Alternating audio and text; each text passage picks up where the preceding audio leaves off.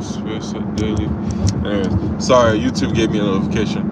Okay, today's live is called "The Color Purple and Why It Failed." All right, so it's official at this point. The Color Purple was a bust. It wasn't successful.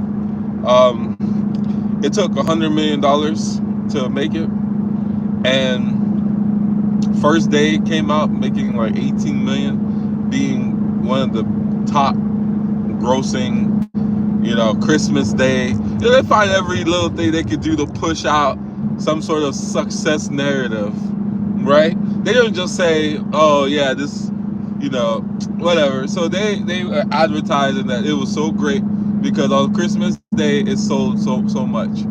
And I have a comment for that, but we'll keep it moving for now. So then, after Christmas, the next day, it went from, let's say, 18 million to like 8 million to 2 million. And so people weren't going out to watch this.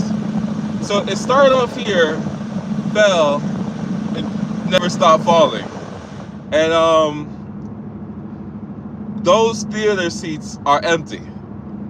I don't even go to movies, but I wouldn't mind just walking in this to to see who is it that's in here trying to watch this movie. And to go backwards, if I had a family, I'm already not going ever. Then imagine if I had a family with children. Why would I choose to take my family to watch The Color Purple? Do we not have anything else we could do before you want to take your family, your wife, and children to watch The Color Purple? Such a magnified video on Christmas, when you're supposed to be sitting around in a circle in American culture, and your children are supposed to be opening presents and showing you what you got them. As if you didn't know that this present was going to appear under that tree for them. As if they don't know that you got them the present. I mean, they don't, if you do it right. So, imagine, I just said take them on Christmas Day so they can watch the remake of Moses from Egyptian times, and people sing Negro spirituals.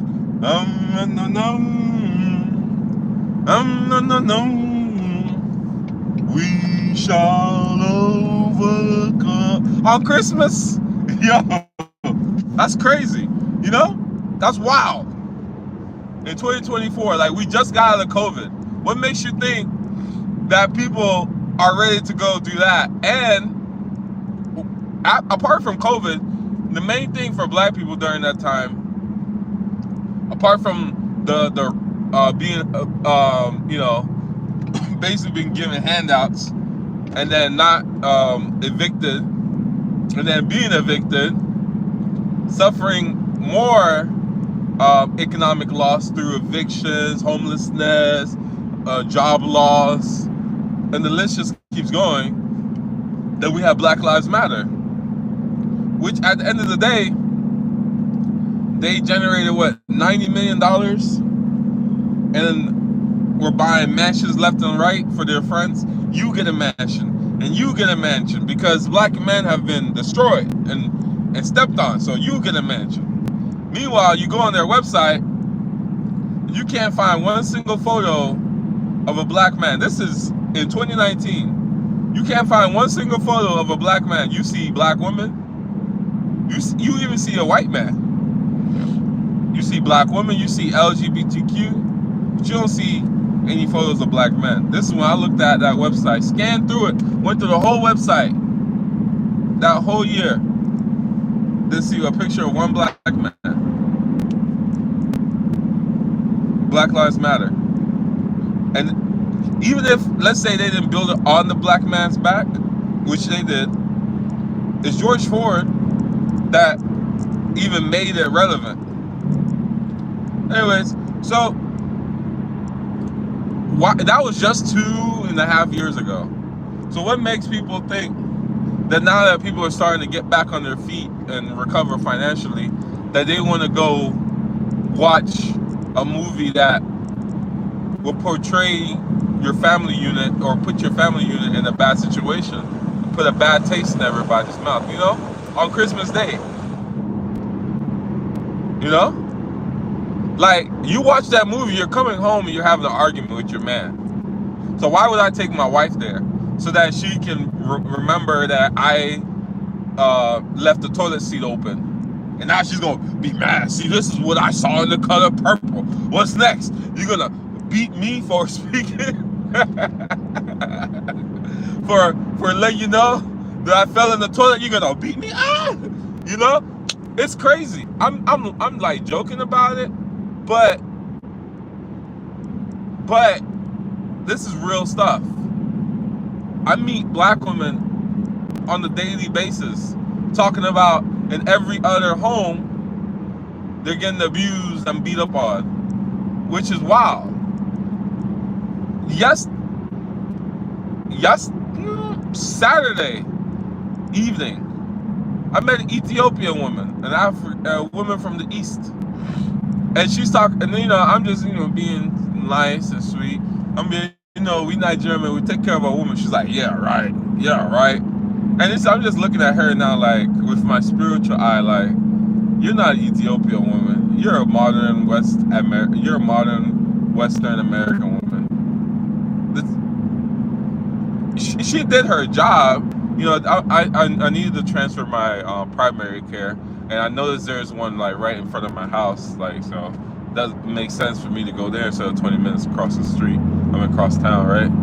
So, and it's not really 20 minutes worth for those who don't live in the DMV. 20 minutes up here is like 5 miles, but this is actually like 2 minutes.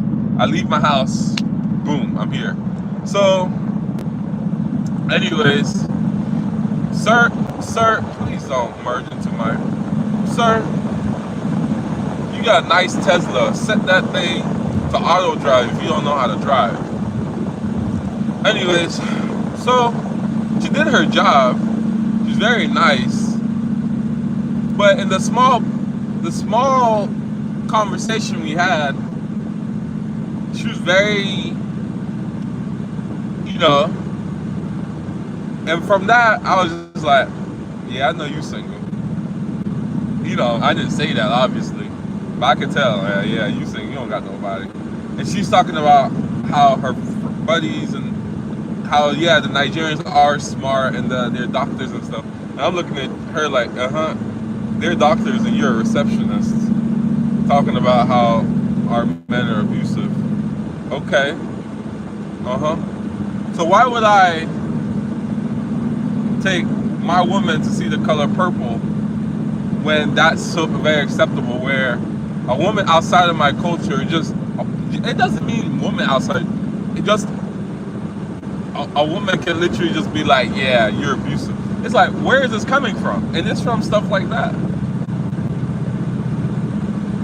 I didn't grow up seeing my dad and my uncles beating their wives. So where does this come from? She made that kind of comment.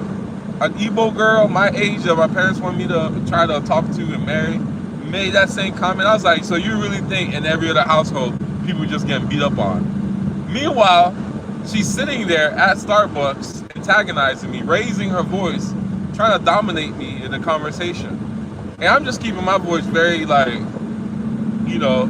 we're in a nice coffee shop, and she's like, yeah, they're beating.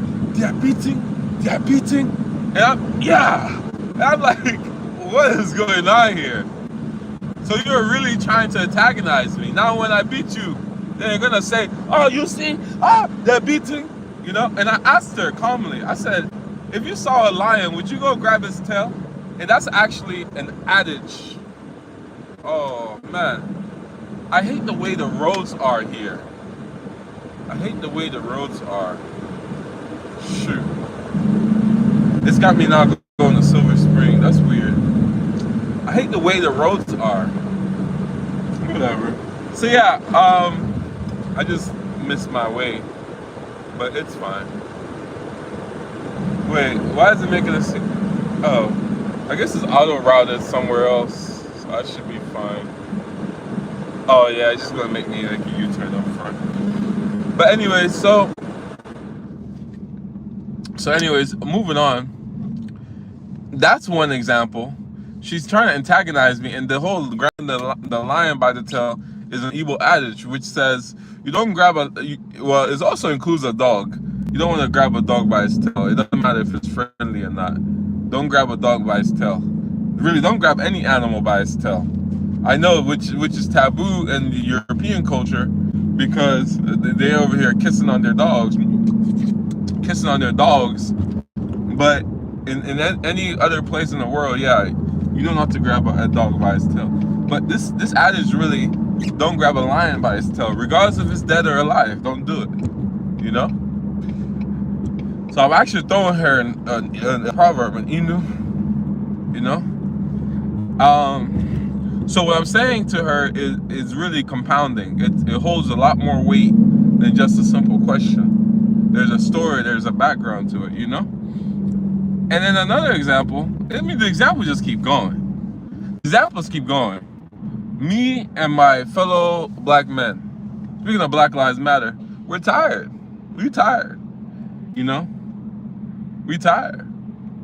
I don't want to be sitting here getting yelled at by somebody. For what reason? You don't have any emotional intelligence, but I'm expected to be responsible for you. I'm expected to have all the emotional intelligence. Now, let's say things were reversed and I'm sitting there at Starbucks shouting her down. Oh, look, take a picture. Put it on the gram. See? Angry, dangerous black man. It's like, I've never seen a black man behave the way our women behave. I don't see it. The last time I saw rowdy, outgoing black men like that, like when I say outgoing, I mean just rowdy and disruptive, was in high school when we used to have the breakfast fights every morning. I literally went to a high school where every morning we would have a fight. Everybody could get it, apparently. That's the last time I saw like black men misbehaving like that. And mind you, though, I will say this disclaimer. I go to work, and I come home and I do some work around the house. I stay to myself. From time to time, I may go out, have a small snack, like take myself out, get something to eat. Or I may hang out with some buddies. But I'm not hanging out with you so long that you know everything going on in my life or anything. And I keep it moving. So mind you, that's the disclaimer, So for everybody else who's hanging out in the street, who knows Tim, Dick, and Harry, and you know what's going on in their lives, and y'all hang out long enough to where you can have conflict, that's another conversation. But for me, I don't allow people to hang around me long enough to have conflict with me. And because of that, I'm very peaceful. I have little to no conflict. And so when I meet a woman who's behaving outside of her nature, I move out the way. I move out the way. First of all, man, we don't just sit here talking. Yeah, wah. We're problem solvers. And if the problem becomes that somebody's yelling at me, raising my blood pressure, I'm gonna solve the problem. So instead of going to my natural nature, I'd rather just take myself out of that situation. And the last few years now, I can't remember the last time. There's only one girl that really right now comes to mind. West African woman, Ghana. When I talk to her, I feel peaceful. In fact, I tend to be the one that's confrontational. And I don't mean that we're fighting, I just mean I'm the one who is mentally aggressive.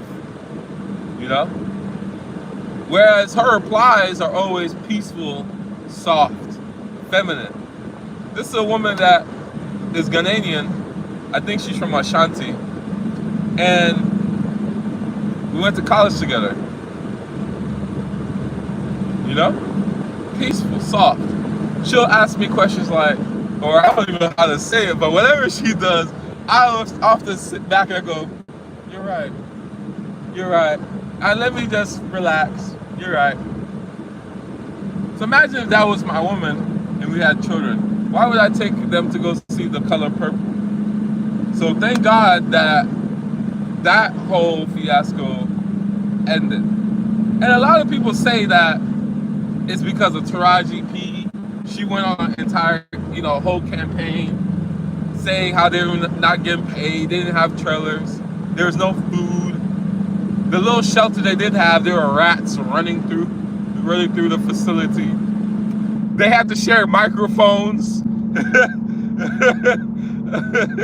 They weren't providing any shoes. Imagine if I was Taraji P or any one of these actors, and this is how men would operate. We're just happy to be there.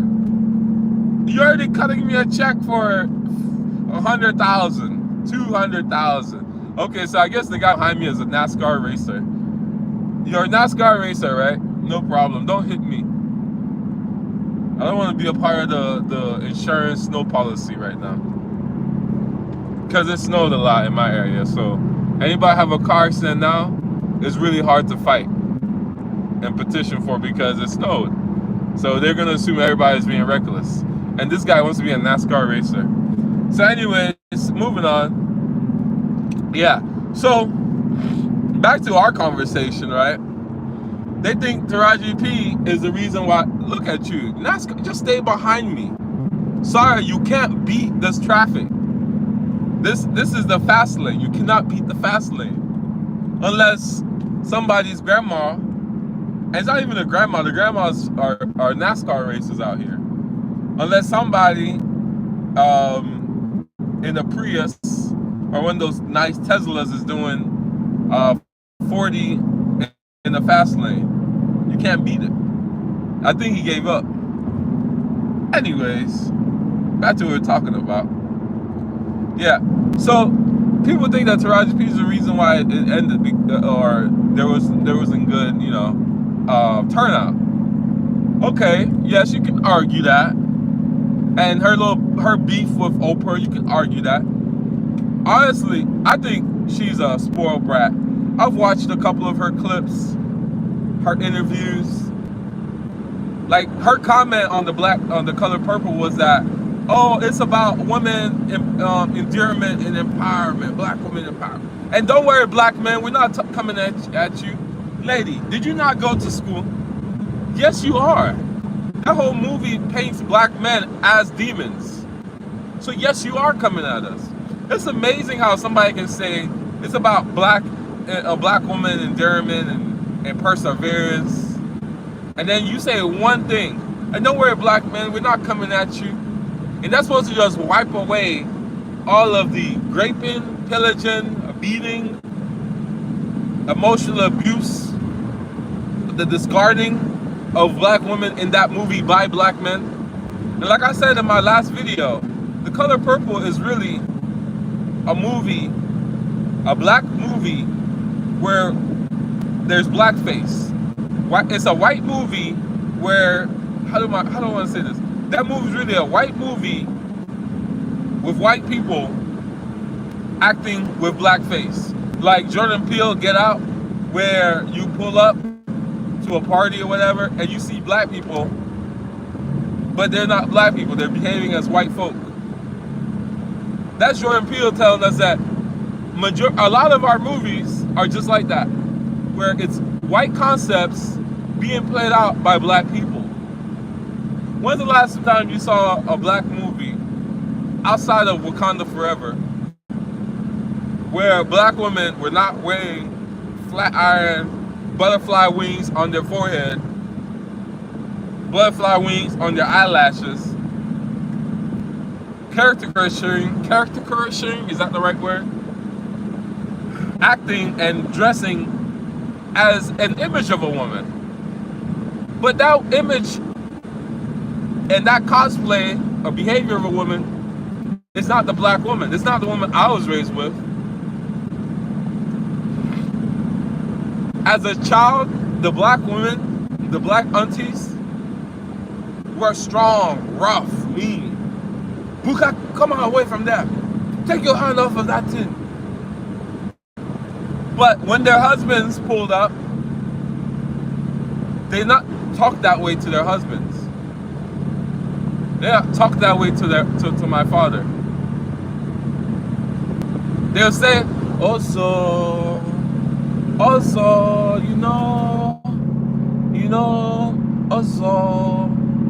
They will give him respect title. They would toast his name. Also, like also Novi, you know, also. They will toast his name. They would not call my father the N-word. They would not talk to him as if he's a boy. You know? So I think that's extremely wild. So yes, Taraji P is very childish, and she's trying to, there is no way, you're like 50, 60 years old. There's no way you could, yeah, you're like 50, 60 years old. If you didn't know, now you know. There is no way you could tell me, with you, an educated adult, tell me that you read and you study a movie and then reenact or act it out for us. And you can come on screen and tell us that The Color Purple is about women empowered. What are you being empowered for? What is the empowerment? What is keeping you down that you need empowerment? What are women rallying together for? What is it? Like literally, men go out and work to better your lives. So why are you gathering? And what is the empowerment? What is the enslavement that you're trying to get out of? Women's shelters, not men's shelters.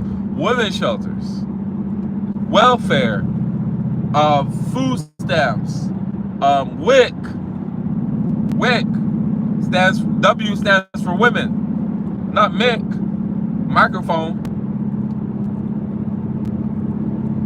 WIC. A woman in America can make every mistake from 18 to 45, and there is somebody ready to take up for her. A black man can do every right thing and have an opinion on something, and he's demonized. So what are we talking about? So to my Ethiopian sister that I brought up 10 minutes ago, when you talk about, oh, our women are strong, yeah, they are strong, and Nigerians are educated. And I go, yeah, we take care of our women, and you want to say, are you sure? Are you sure? Yeah, Nigerian men take care of our women. That's what we're known for. Especially Igbo men, we take care of our women, first of all. And second of all, how do you think we behave with strong women? You're so ready to say that, yeah, our women are strong, like, you know, as in some kind of endearment from that color purpling. So how is a man supposed to treat a strong woman? Men and men don't lay in the same bed.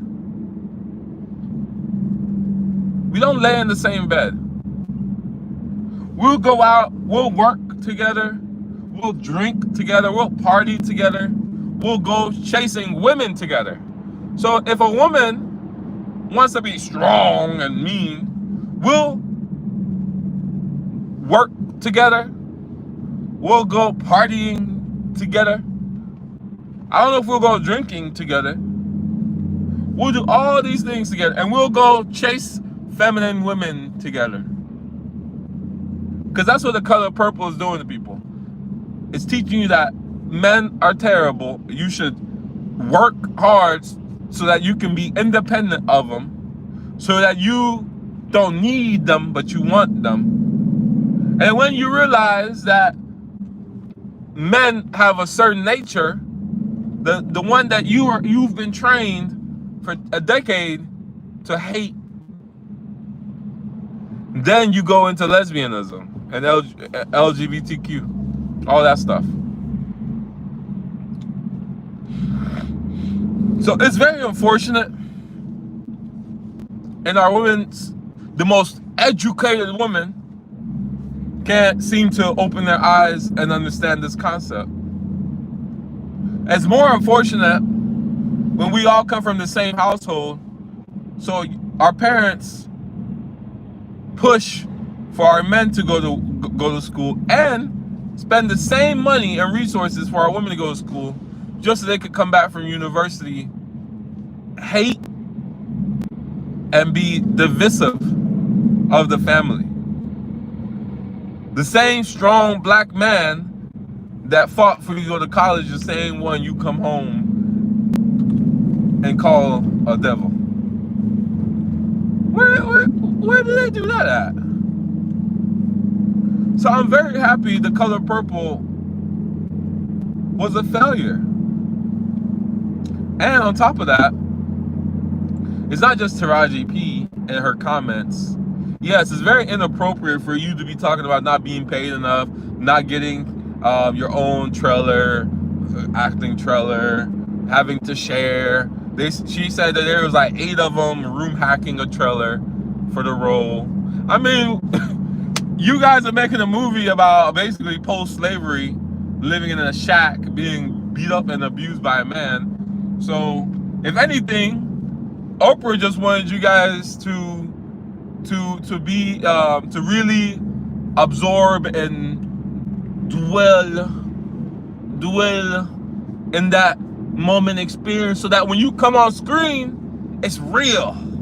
They're like, wow, these women are been going through it. They've been going through it.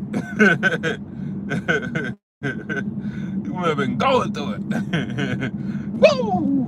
Do y'all smell that? Oh Lord, is there not plumbing? That man named Oprah. And so I'm very happy it wasn't successful. Let's roll out Black Panther 3. Black Panther 3. Because Black Panther did so many things right. Even though the second movie was very feministic, at the end of the movie they said, "Here is my son." It's almost like religious, to be honest. And you're raising my son to take my seat.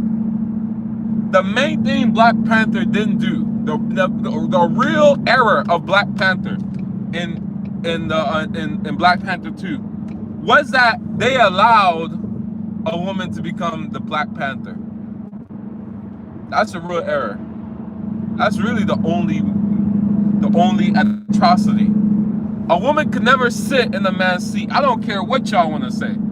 A woman could never sit in a man's seat. If your husband passes away, that seat sits empty. It is very improper of you to sit in that seat. All you can do is stand next to it and hold it for your son. So that concept is what they did pretty well, except for they allowed Shuri, right, to become the Black Panther. And that was very inappropriate. And at the end of the day, she wasn't able to do what she needed to do, which was kill Ku Klux Klan. So now black people and Spanish people are in some sort of marriage. When it was their turn and they struck first, they had no problem killing everybody. Everybody. Then when it came to our turn, after suffering so much pain and loss, we, for some reason, were the noble ones who had to keep a high ground and forgive and forget. that's none but a slave. Because every other human being operates differently. When you're a human being, you operate differently. When somebody does something like that, you do what you need to do. Not after you've gotten beat up, then you turn the other cheek. That's none but a slave. Sorry. Every innate being that's living, be it human or be it primate, every animal, when their life is in jeopardy, they fight. Like Malcolm X said, it's time to stop singing and time to start swinging. You can't sing to $1 billion. You can't sing to a community. You can't sing to personal protection. But you can swing to it. Swinging. Less singing, more swinging. And this is why I'm actually entertaining a Muslim woman. I saw what these Christians did to Muhammad Ali. And as my mentor, I've never met, my role model, I think it's very proper to go the way Malcolm X did. And I already behave like a Muslim to begin with. When people interact with me, they always describe me as a Muslim. They're surprised I'm not. I don't drink much. I drink maybe once a year, if that. And I just had my once a year drink this weekend. And I didn't drink to get drunk. I drank because I like pina colada. When I eat, I finish my food. I don't waste it.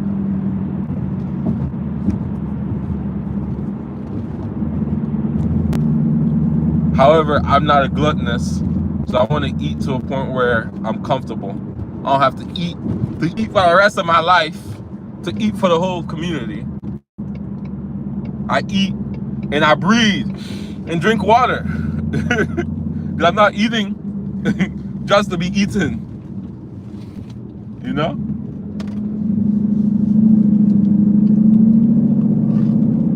Anyways, the last portion of this live, I want to say, apart from Taraji P and whatnot, is that I think this is a good indicator that things are changing. I've always said during the election, it's better for us to go play the lottery than vote. Your time and money will go a lot further playing the lottery every 4 years than vote. You can get a lottery ticket in the morning and get to work, be at work, work your full day and go home. And maybe you may win one day. Meanwhile, you can skip half a day of work, take PTO if they give you that, stand in line for hours in the cold, play the lottery called voting all your life, and at the end of the day, your whole lifetime, you won't win a single thing.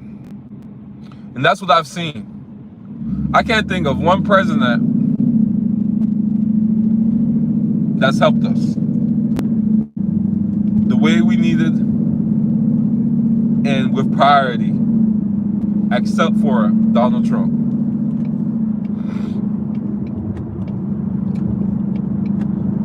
The main thing that the Barack Obama generation or presidency did is actually now with Michelle coming out and saying, hey, my marriage with my husband isn't picture perfect, and I don't want people to use us as an example of a perfect marriage. We have our issues. Sometimes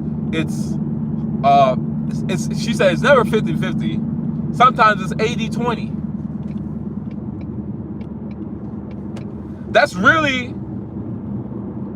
the largest impact that the Obama administration had for black folk. That interview, that comment right there. While they were office, they were fighting for everybody else's right, LGBTQ and whatnot. And a Democrat, a Democrat is not built to try to create wealth. It's built to try to welfare everybody. And the more people are given their food, instead of having them work for their food, the more they stay asleep. That's why when you eat, you shouldn't eat to get full. You should eat to be satisfied. Like, I've eaten. I know I'm not going to die in the next few hours. It's okay. Keep a little bit of hunger. Well, it looks like that hunger is what we're starting to get towards. Because as a community, we're noticing that we're not getting married, like Michelle said. So now maybe women are hungry to be women again.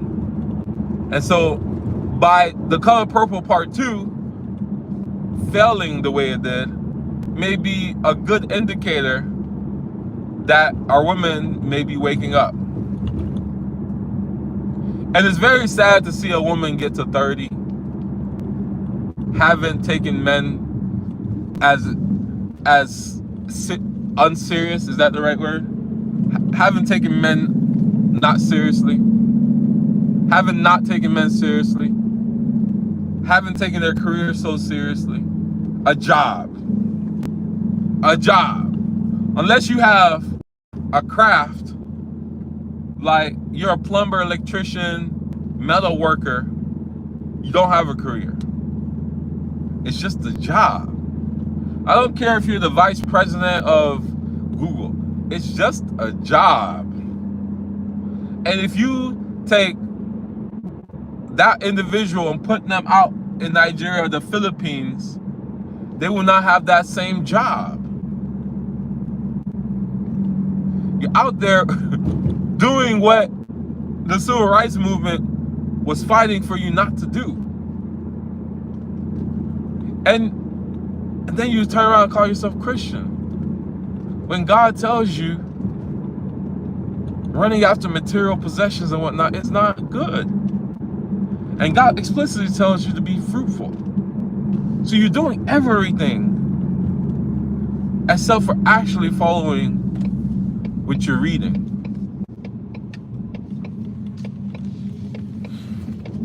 So maybe it's a good indicator that people are starting to wake up. Maybe it's opposite. People are ready to go deeper into sleep. Only time will tell. And it's very unfortunate. And yeah, I'm officially clocked out. I'm looking at Muslims. I'm looking at Asians. I'm not sure if I'm looking at Europeans, but I'm looking at them all. If you're nice and you treat me right, awesome. But I'm not gonna have high blood pressure and be talked to like I'm a boy for the rest of my life. And if you do that to me, this next decade is me moving away from you. Moving far away from you. Because I'm not going to work every morning so that I can be in need again in about 10 years. Get married and have her divorce me. Maybe if I give her a kid, now I'm paying her child support. I'm not living with roommates in a tiny room so that you can take half the stuff I've worked for and then literally put a noose over my neck. And if I don't pay, I go to jail. No matter if I'm sad or happy or whatever, depressed, my mom died, or COVID hits. If I don't give you X amount of money, to have no say and input on my children, our children, right? My children too, I can go to jail. It don't make no sense. It don't make no sense. And for $500, I can live anywhere in the world. And on top of that, I have more say. If my wife doesn't want me, she leaves. She don't leave and take my stuff. Money doesn't make a man, but in this country, that's all a woman knows a man for. And like a lady I used to know, for sperm, she said I was good for sperm. Can you imagine to be told you're good for sperm? Crazy. Now, if I told her she's good for eggs, people would be in uproar. There'd be The Color Purple 3. Anyways, have a good day.